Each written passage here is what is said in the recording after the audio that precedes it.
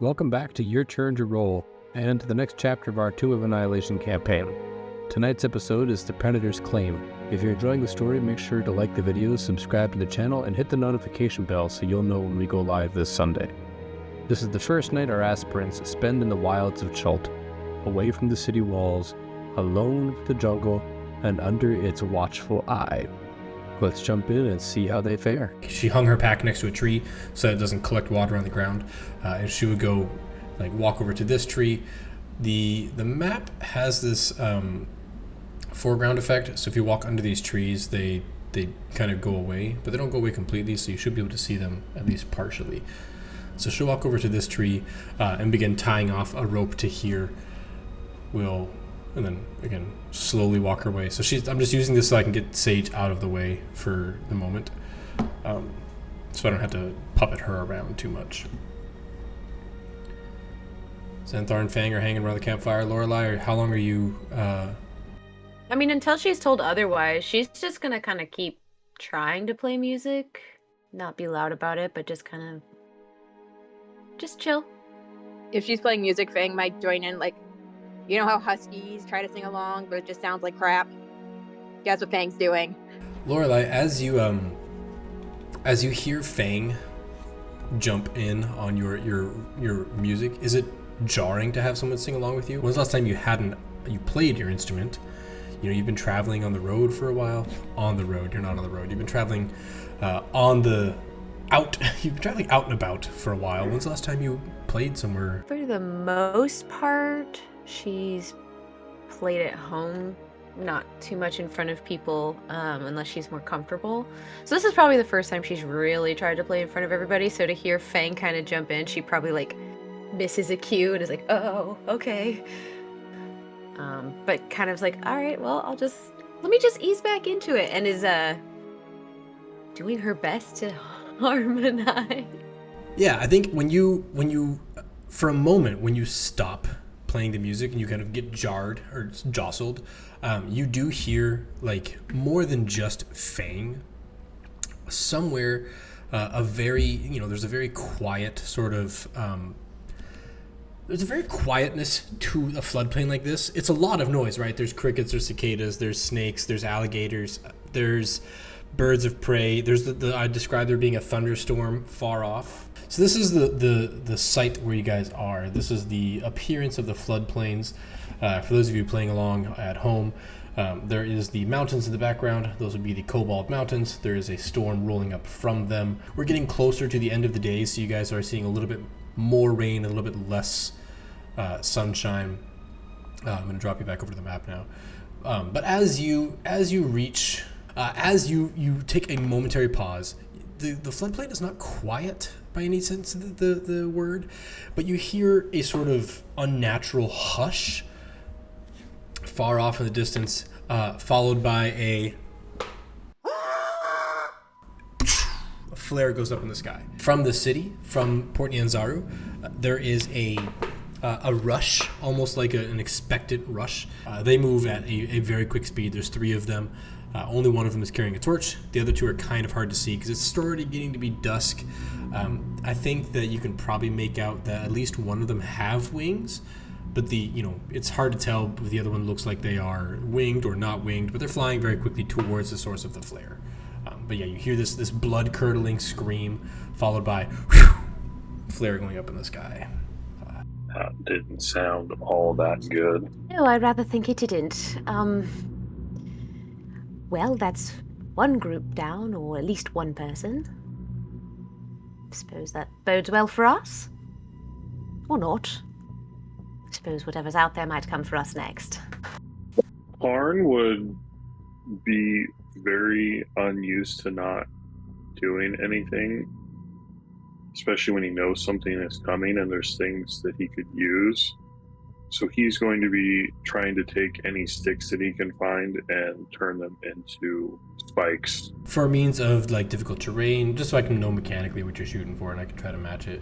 Yeah, so let's say here, so that anything that comes up from there is going to have to go through them. As this moment of dread with the scream and the flare going off in the distance, You see 2 more flares. No screams this time. Just again, flying way off in the distance. They're not close to each other. It's like they're maybe 200 feet or 300 feet from each other, and like 800 feet from you guys. They're quite a ways off, possibly even like 16 to 2,000 feet away from you guys. It's long distances off in the dark. The sun has gone down over the mountains, over the trees.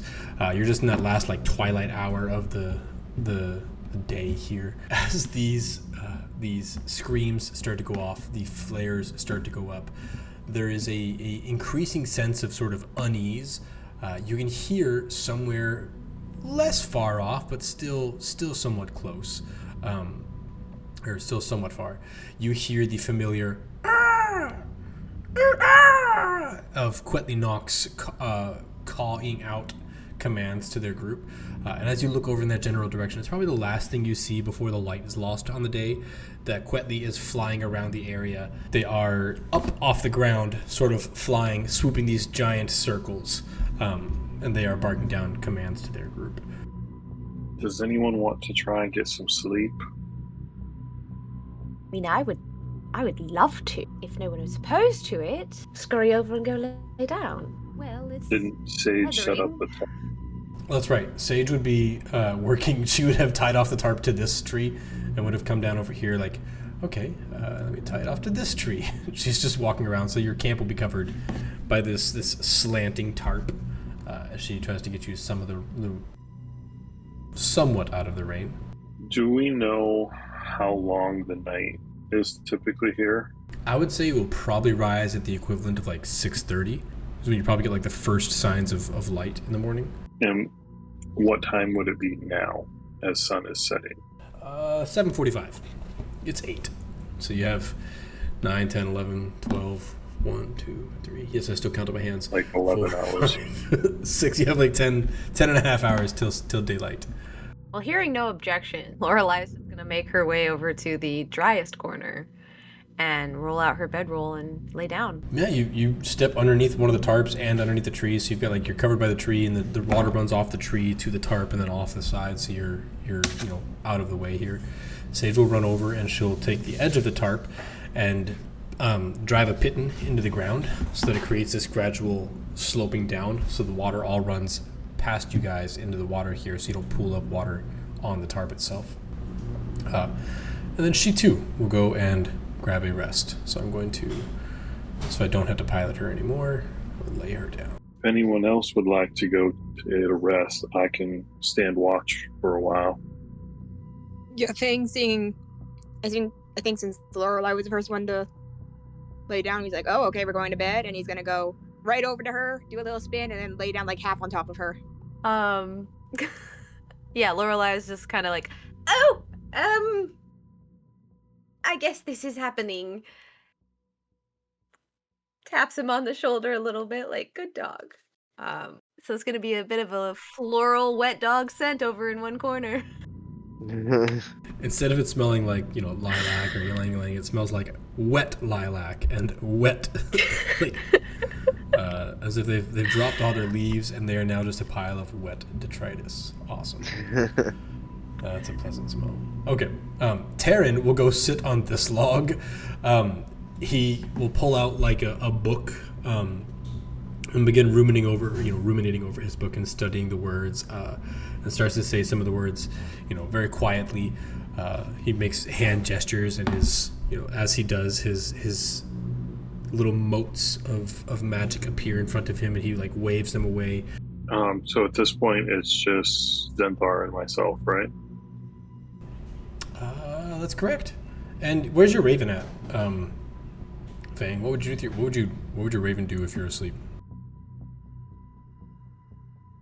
I mean, assuming it's got its food already, it's probably gonna just go hang out in a tree.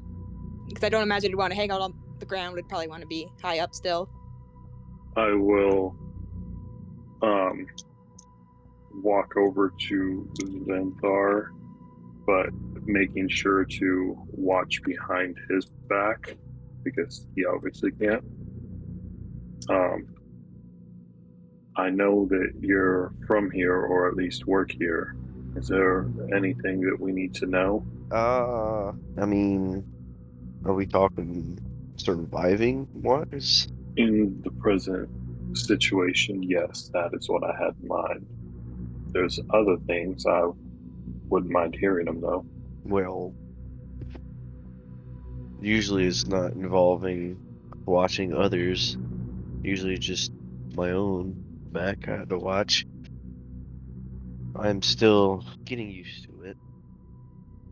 Otherwise, I feel like we're sitting ducks. Don't like it either. Personally, I would vote for sharpened defenses if we're sitting out in the middle of the night, especially with whatever that was. Yeah, and I think it's a good time to bring that whatever it was back into it. As like Lorelai and Fang are trying to buddy up and sleep, as Lorelai's trying to sleep and Fang's buddying up and sleeping. We hear another one of these, and there's no flare. How close was that one? It's not a straight line, right? Sometimes it's over here, sometimes it's over there, sometimes it's both these directions. It's all pretty far away, but it appears like as the dark is settling in, whatever predators there are out there are getting a little bit more bold. As it does get darker, you do see signs of like fires dotting the horizon. So you can start to identify like there's 50 or 60 different groups camping out here. And as we do that, we're going to drop on the darkness. As the camp does get darker, but you guys have a fire, so yours is put off a little bit.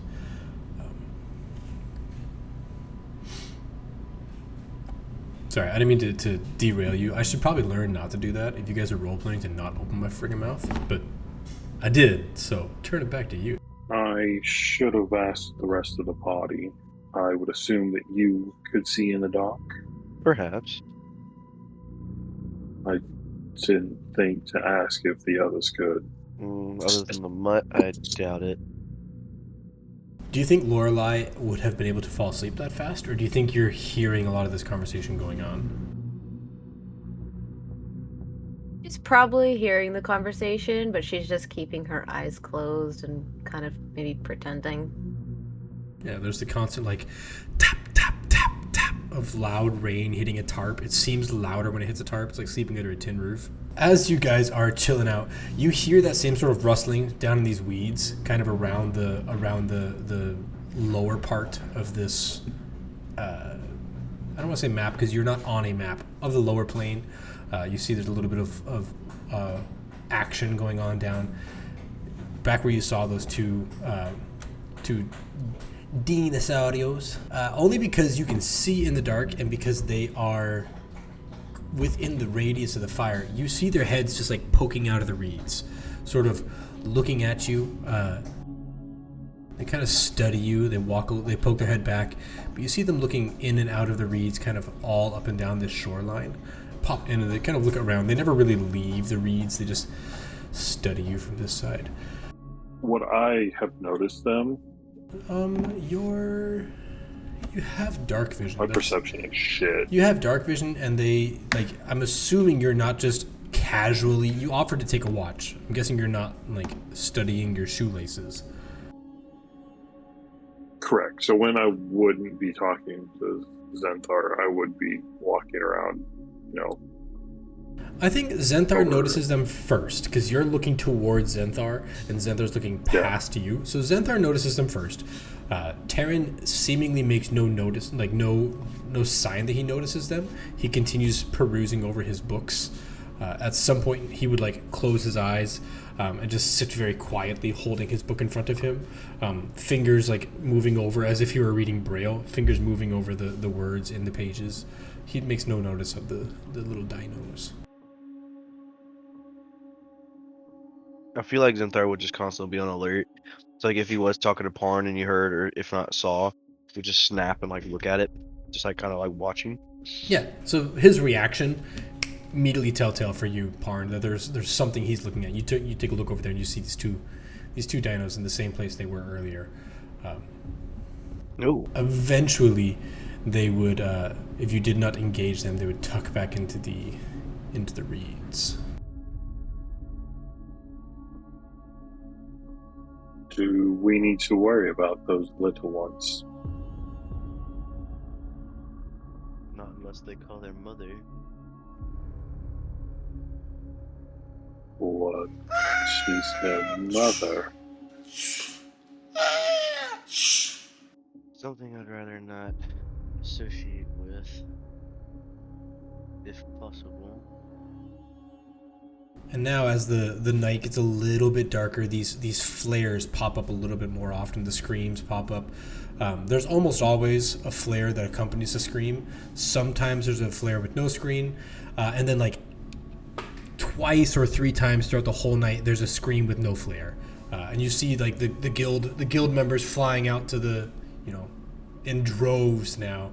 It's very hard to see them though because it is so dark and you're looking up into like a cloud overhead cover, so it's like there's no moonlight. It's a very dark evening. But yeah, it seems to be getting worse. Some of these are as close as like 200 to 300 feet away.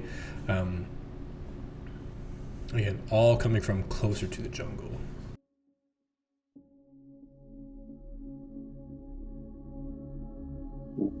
What is their mother like?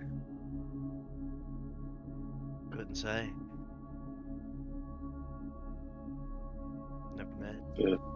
Why would you be worried about their mother? Well, something's gotta feed these little things.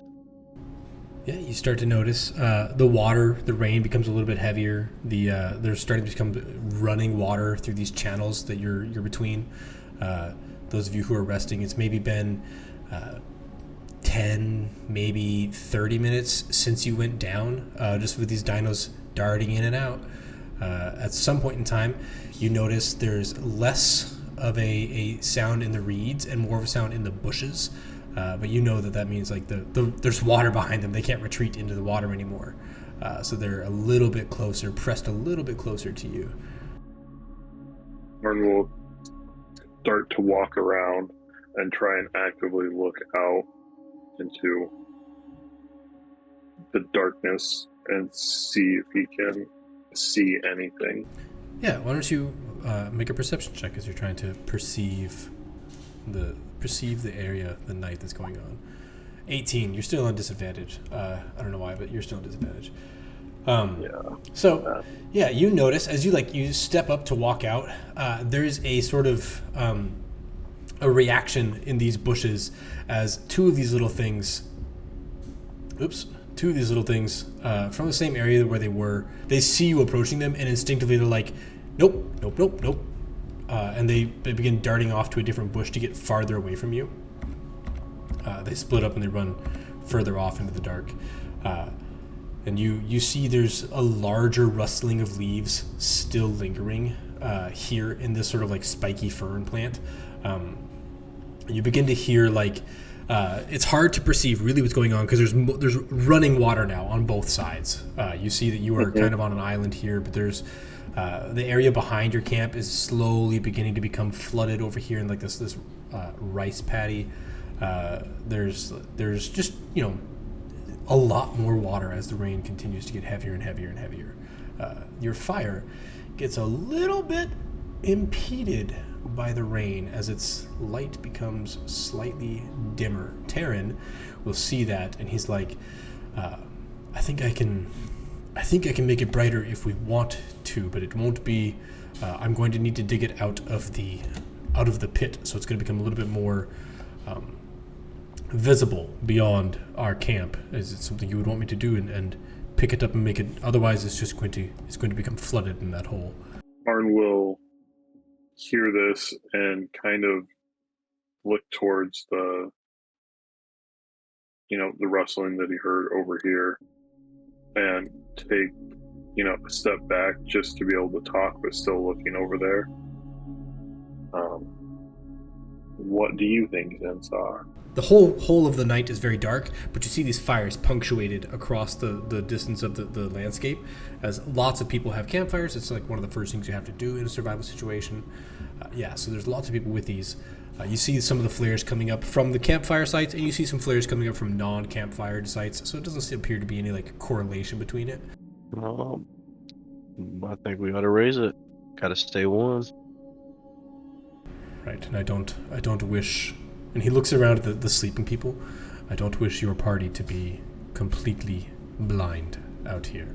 So he will go and like stoke the fire. He goes through the process of like excavating the fire, lifting it up to make it a little bit brighter, lifting it up. It's not as concealed, but it gives off a considerable more amount of light now, as it is no longer trapped under this. He dug it in before, right? It's no longer dug in. It's now up above, so it's much more visible. Lorelei, would you have been able to fall asleep? I think eventually I would have, especially with Fang being curled up next to me. That extra heat she would probably get drowsy and drift off. I gotta be honest, I feel like Sage would think, oh yeah, friends, great, and she would come sleep by you because her whole thing thus far has been like she thinks the trials are to make friends. So I feel that's about right. I feel like she would come and sleep next to the two of you. Yep.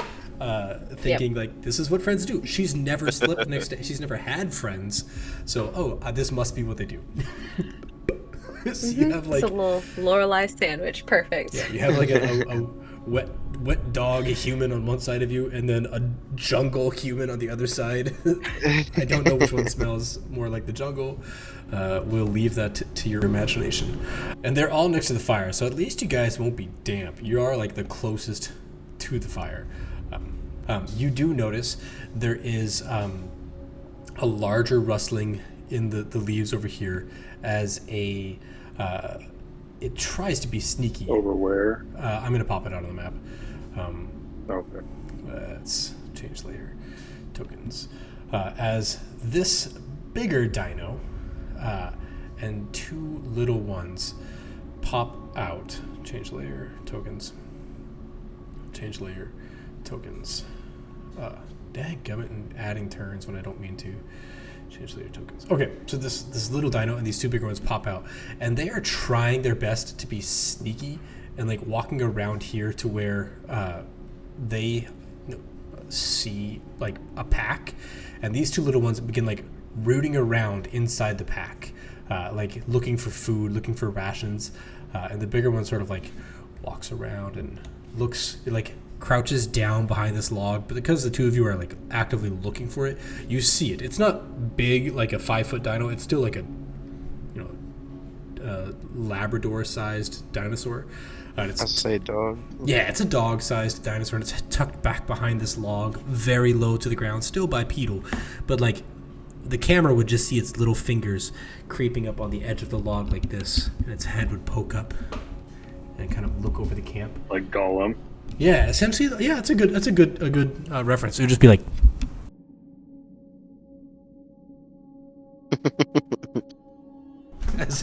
It's just spying on you from the log here. These two little ones are not being that careful. Dog. Yeah, these two little ones are not being that careful. They're like, well, as soon as they find the pack, they're digging. They're running through the pack. Zentha, do you think we should stop that, or should we let it keep going? I think Zintharo would stand up. He wouldn't go like crazy fast, like movement wise, but he would I think he would collect the fish that was given to him earlier, or at least have some. I think he would approach slowly. Yeah, the one that's spying on you kind of looks at you and it's like starts to bark out to the other dinosaurs, and they sort of look up at you. One of them pokes her head up and has I'm just gonna say that Sage left her back over there because she's not here to say she didn't. It has one of her potions in its mouth, and it's like, it's the equivalent of this giant potion bottle. Now, we described her potion bottles as being made of, some of them are like tied flesh bags. So it's holding this tied flesh bag of a potion bottle. It's like,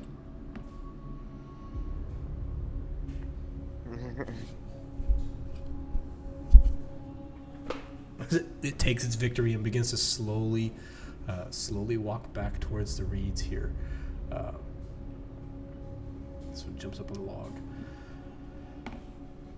Yeah. How far do you walk over towards him, and how fast, and what's your body language like? And he would approach relatively slow, like really slow, but enough to where like he's got like his hand is on his what is it called? A smithing knife? What is it called? Smith's knife. He's like holding it as an on guard for like if it does anything funny to strike it. But otherwise, he's trying to not exactly tame. Well, I tame, quote unquote, I guess. yeah, that's fine. That's a word. But he would definitely like as he's walking by Parn, just be like, just be careful. Yeah, the bigger one kind of takes a step back and sees you coming towards it. So the little one is now. It has the potion bottle. It looks at no, sorry, the potion bottle one ran away. This one is here, and it has like field rations, dried rations and berries. It probably has the juniper berries she got from the Trial of Unity, and it's just looking at her like.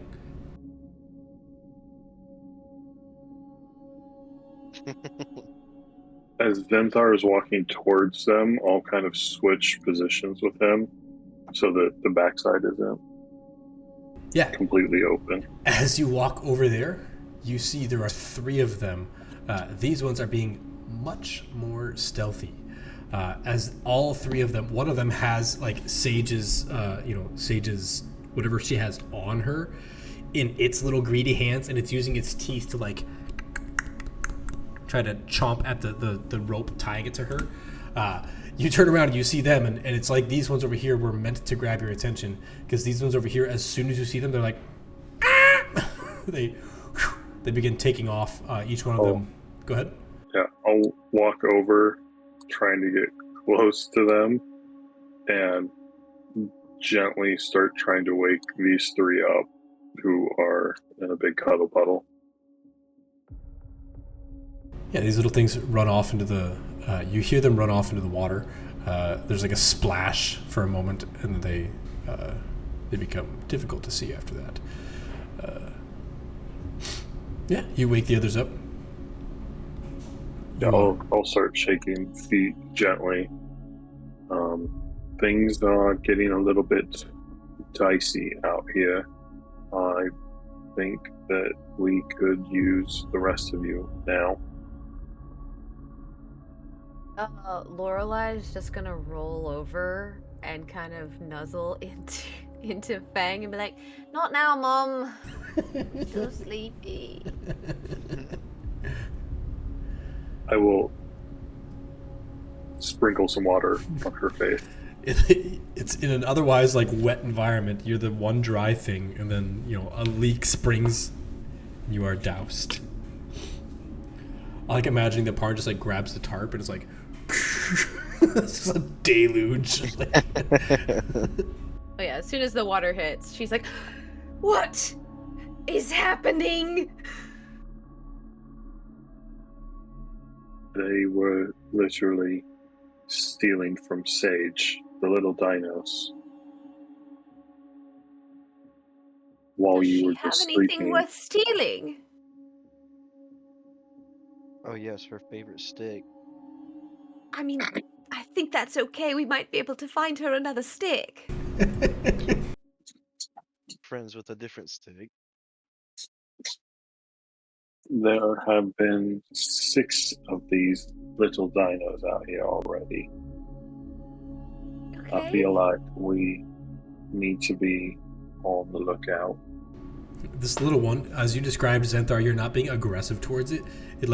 It kind of uses its hands and slowly on all fours comes over and it's like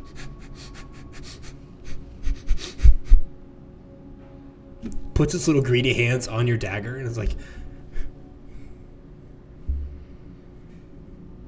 just trying to wrest your dagger from you.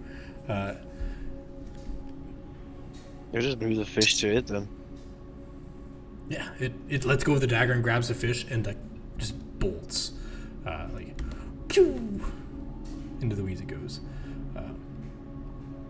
All of this punctuated. This big one will then, as all of its littlies have gone away. We'll dip back in.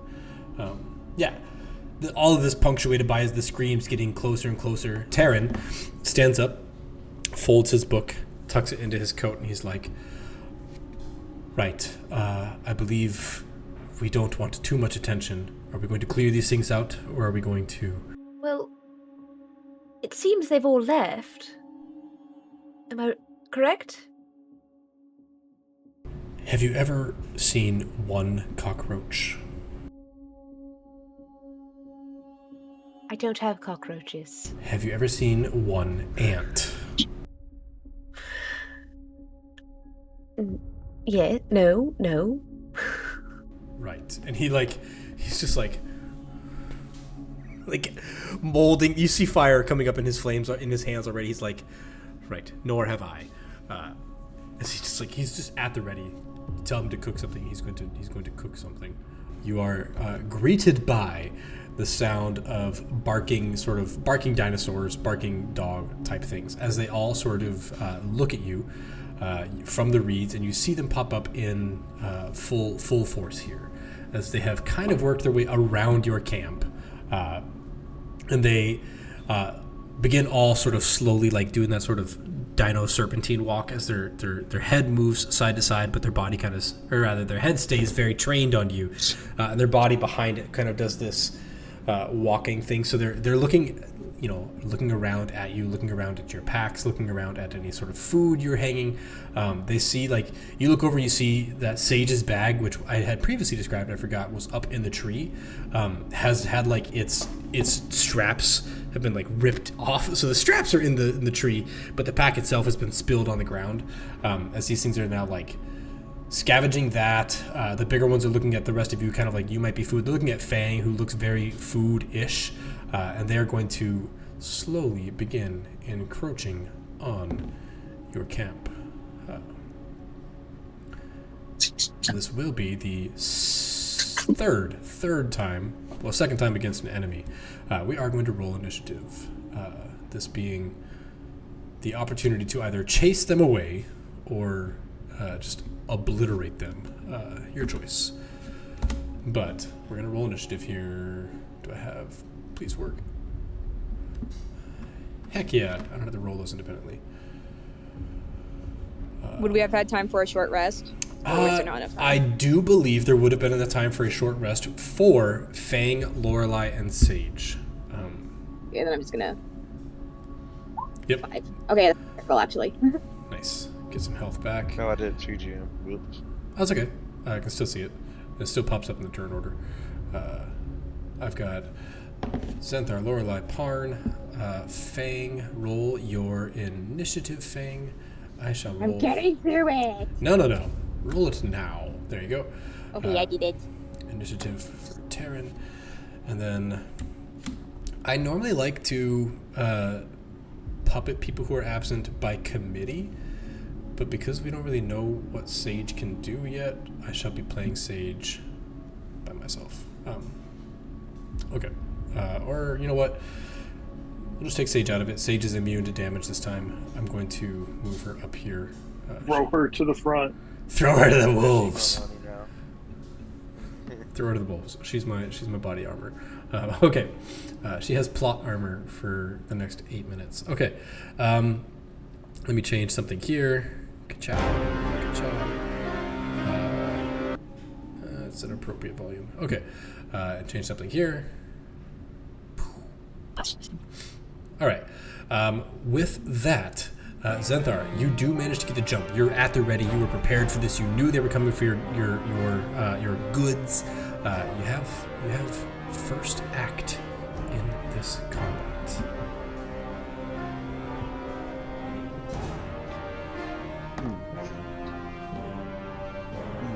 Okay. I feel like this being the first time we've seen Zenthar fight, because you actually, I think we had you space out during the. Yeah.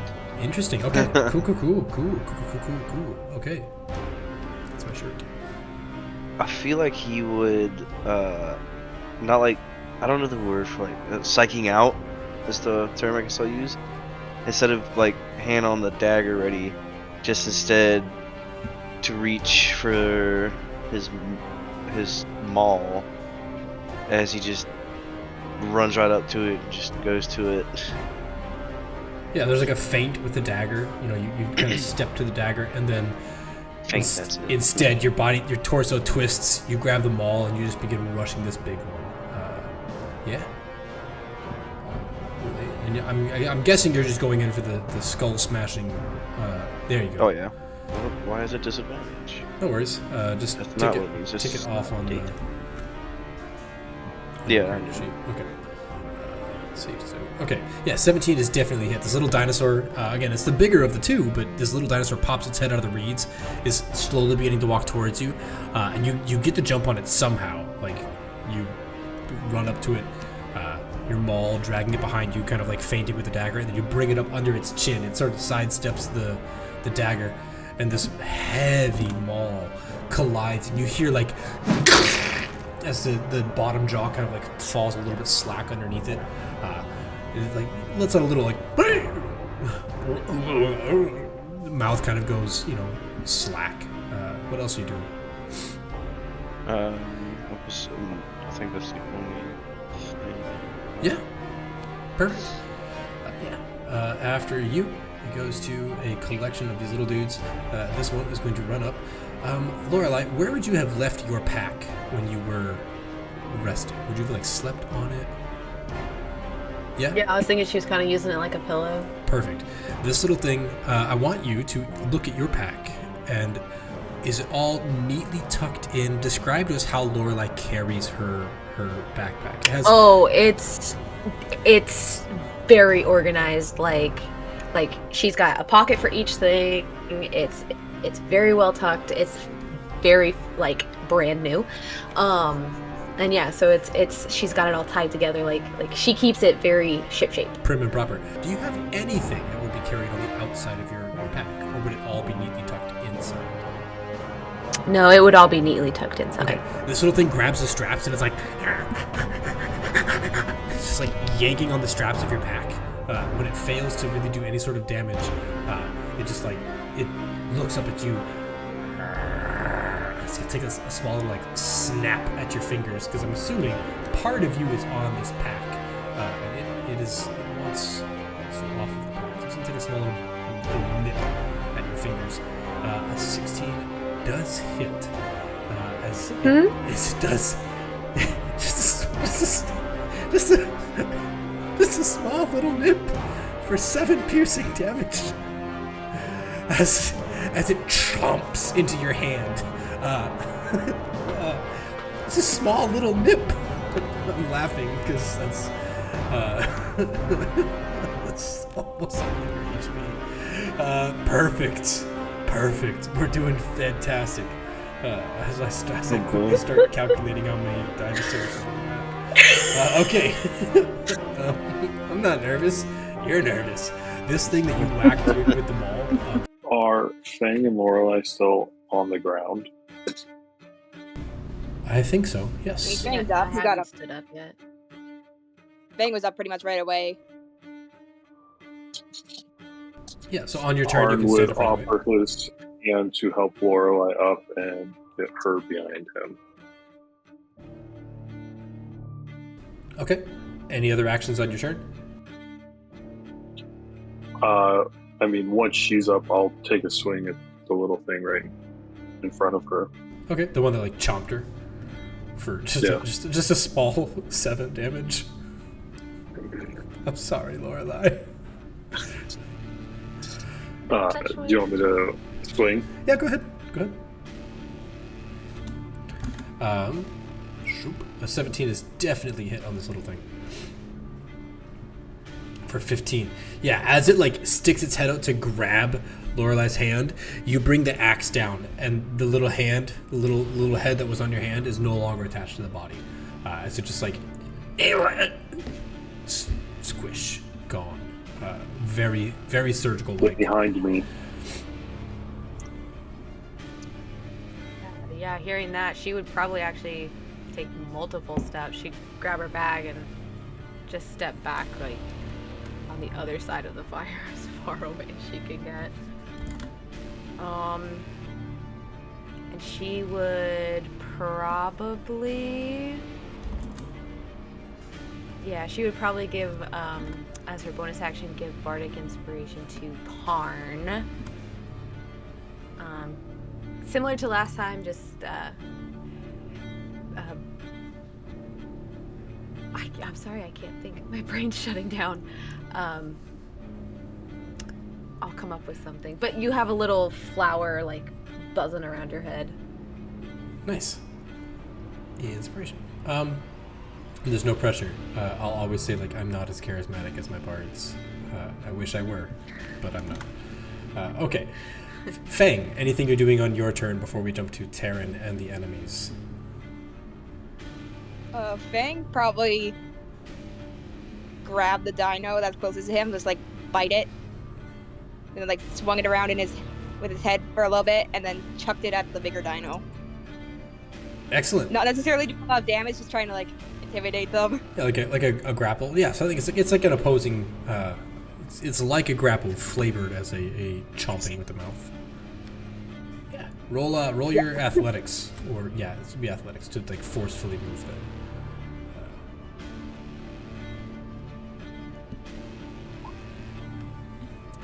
Yeah, you don't look that strong as you're trying to do it. You manage to like kind of like move it from here to there. But it's like as you try to chuck it at the bigger one, it kind of like does a little barrel roll ish and rides out of control into this space instead of being thrown at the bigger one. It definitely looks bothered by being thrown by you, and it like doesn't like being grappled and meringued around. So it definitely like kind of takes a step back and looks. Frustratingly, this big dino nips at it. And then Terran. Terran will lay his hand forward. I already mentioned he was doing the Shoryuken. So he is going to firebolt one of the bigger ones here for some fire damages for 10. Right away. This dino is going to run this one here is get like smashed by Zenthar. It's going to jump into the water and attempt to make it to the other side. When it hits the water, who can see that space? Parn can see it. Terran, Lorelei, you can all see it because the fire is giving off that light. You notice it hits the water, and there's like a snapping of teeth and gnashing of like splashes as it goes underwater. Zenthar, you're the only one close enough to see the actual like color of the water as the whole river goes red as that thing hits the water. So that's that one. This little one, as it sees you smash the other one's head, has a little bit more courage, but not that much. It's going to run this way into the distance over here. This one that got firebolted is going to run up on Fang, surrounded by this one. So these two are both going to take a bite attack on Fang. Bite. And the little one, 15 does hit you. So you're going to take 4 piercing from the big guy, Fang. Thankfully you healed. And you're going to take another bite attack from the little one. A 15 for an additional 7. Wow, Fang gets dropped to 1 HP as well, so don't feel alone, Lorelei, as your 2 of you are down to 1 HP. This one, did you grab your backpack when you ran with Parn? Did I remember you saying you grabbed your backpack? Oh yeah, I did. Yeah. Okay, this one, seeing that Parn bit out at Lorelei, or like grabbed Lorelei away and took the pack with it. It's frustrated with Parn, so it will try to do a bite attack on Parn. Same thing here. A 16 does hit for 6 damage against Parn. This little one up here, you have it's piercing. Piercing, that's correct. Oh, I forgot you're vulnerable to that. As the last one for this turn is going to run up and is going to claw at you. A 9 does not break your armor class though, as you are kind of overwhelmed by these. And we will at this point, because I've plugged all their initiatives back in, we're not on round 54, we're on round 2.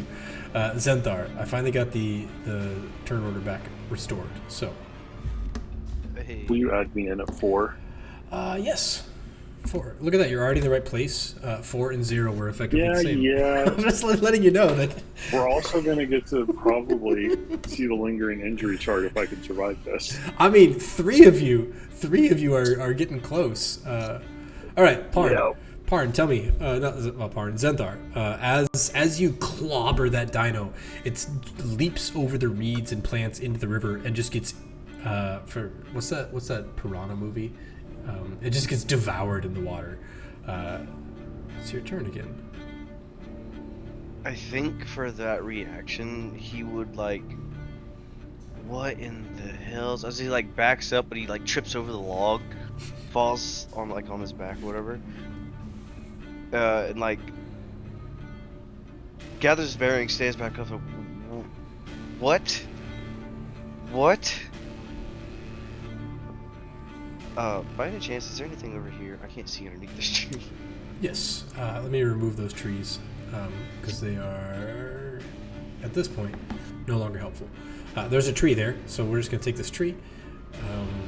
Oops. Let me... 1 second.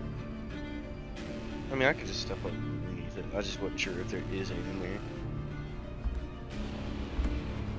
Yes. That's fine. There we go. Now you can see. There are trees there. We're just going to remove them from the thought for now.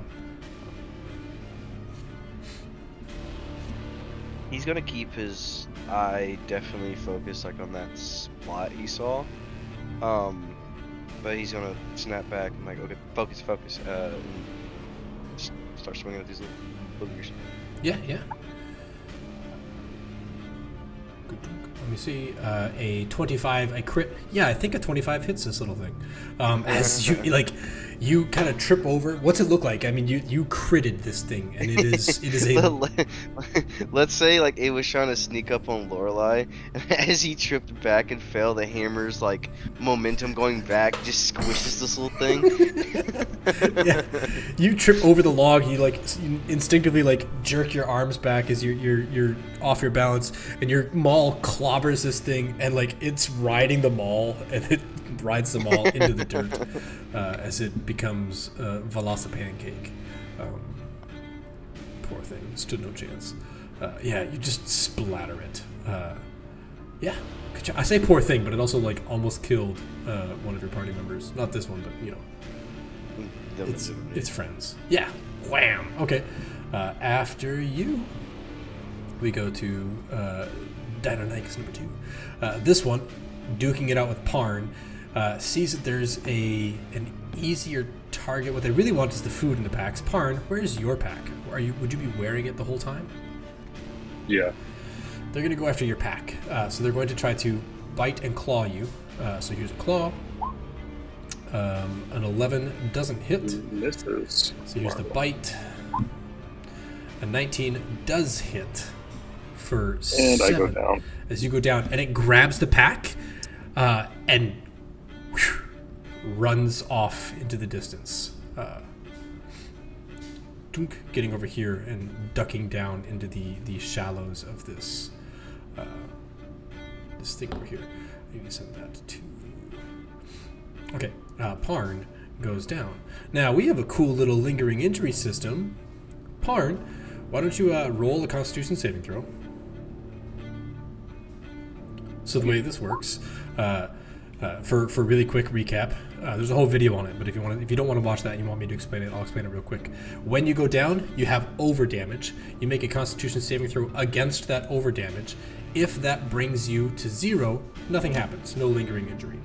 If you don't make it all the way back to 0, you just click that button in the upper left-hand corner that says lingering injury, and it tells you what happens to your character.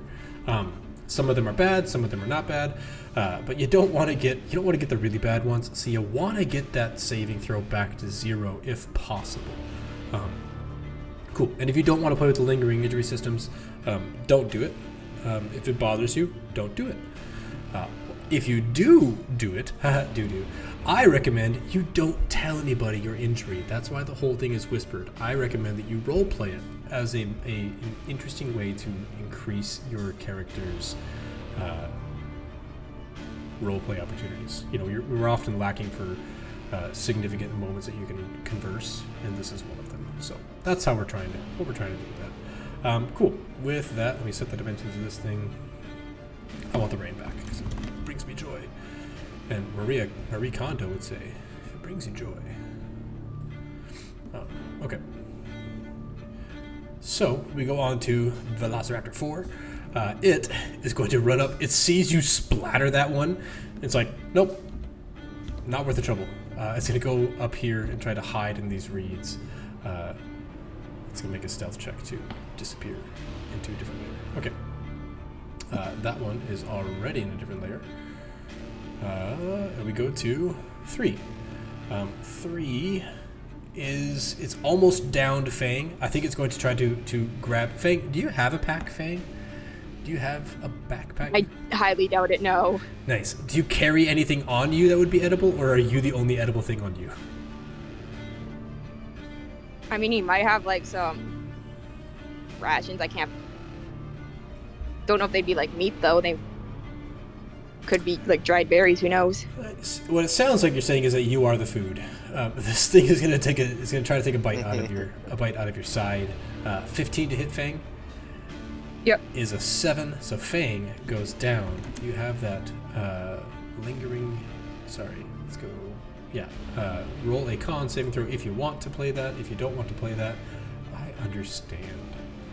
6. Oh, should I have done it on the DM layer? You're fine. I don't mind either way. You are no longer injured. This thing is going to take the chunk of fish that you had on you, and from hunting, and it's going to run off with your fish. Getting into the reeds here. Fang, on your turn, as it is your turn, why don't you this time whisper that death saving throw for us, as you are unconscious. Oh. I can change it to whisper if it's. There you go. You got I think I got it. Cool.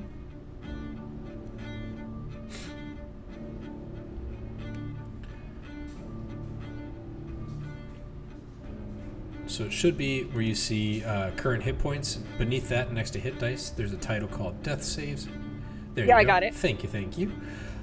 Cool. And then we will go to Velociraptor 1. This one duking it out with Parn. Parn, I guess your pack got taken by the big one.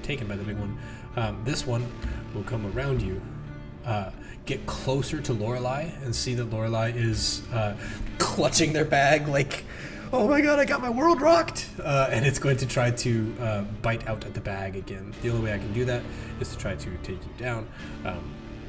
So it's going to try to bite you. It does, as Lorelei is also dropped by this little rat fink jerk. Roll that, let's see, -5. Roll that con saving throw if you want to play that game. If you don't, I'll stop prompting you guys pretty soon. This one attempts to run off. As it steps away from Terran, he is going to use his reaction to blast it into tomorrow. Shabloom. Yeah. So he hits it with that. It attempts to run away. On his turn proper, he's going to do the same thing again. And this thing, as it runs away with your bag, he scopes this spell around it, and we don't see it. We just see the bag like this, and there's smoke from all sides of the bag as the bag drops to the ground. And this thing is immolated. Velocity 5. This one, seeing that all the things have been taken, will run up here, leap the fire, grab the bag. That was 5, 10, 15, 20, and it's going to run 20 feet more this way as it attempts to run off with Lorelei's bag. This guy is going to see that the leader is running off with the bag and is going to try to catch up and take said bag. So they are going to run off as they thiefingly grab their meals and are escaping. Parn, 'tis your turn. Excellent. With that, we're not in round 55. I gotta go in and delete my API. I wrote it by hand, which is probably why it sucks. Xanthar. There's only one dino left, but you have numerous allies on the ground, wounded, badly wounded, and not a Will Ferrell way. Damn it. I went to, hold on. I went to click on the top, like, of, the Chrome thing, and I actually clicked on, like, one of my pre-saved, tabs. It completely took me off of the server. Okay, let's see. I gotta find my sheet again. Here it is. Anyway, with him seeing... Oh, so it's just the one over here that's got her bag? Oh yeah, he ain't let that one go.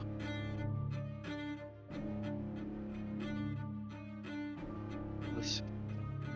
Okay. He's gonna book it after it. Like, oh hell nah. Yeah, the hits.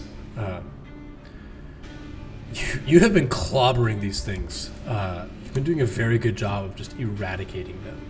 I gotta get you on screen on this one. So as this dino, as you collide with it and it runs away, we see it it drops a bag instinctively, it yelps in pain. That drops the bag, and then on its turn, which Taryn is also alive. So we're gonna go to. All of those are off the map. Fang, roll your death saving throw.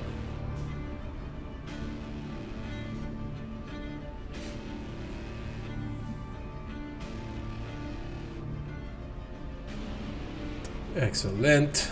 Taryn looks at the dino trying to escape, and then looks at Fang dying, and will take one of Sage's potions and run over and pour it in Fang's mouth.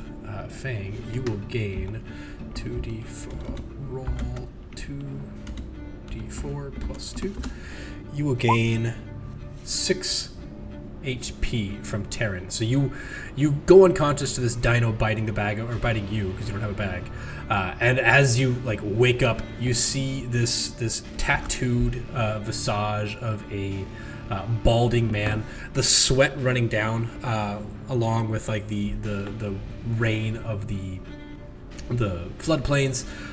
He looks almost like a hero. He looks concerned for a moment about your well-being. He looks at you and he's like, quickly, save your friends. And he will. That was 5, 10, 15, 20, 25, 30 as he comes over here this direction. But he does not attack the dino. Lorelei, roll that sweet. You know what? I'm going to have Sage stabilize. She's closer to Lorelei. I'll have her stabilize Lorelei because she thinks you can heal. She doesn't know if you can, but she thinks you can. So she's going to make a medicine check. Sorry, guys. I don't like puppeting people.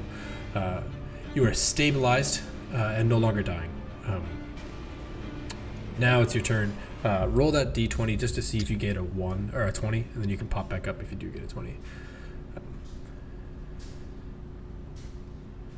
8. No. So you are stable but unconscious. The dino on its turn is going to drop the bag and haul booty to get out of this territory.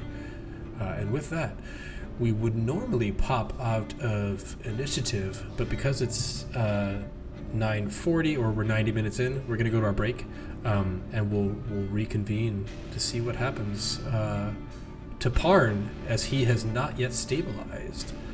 Hey, thank you all for joining us. Remember to click that like button, subscribe to the channel if you want more of this story, and hop into our Discord if you'd like to dive deeper into any of the character stories. We're glad you're here, and we'll see you next time on Your Turn to Roll.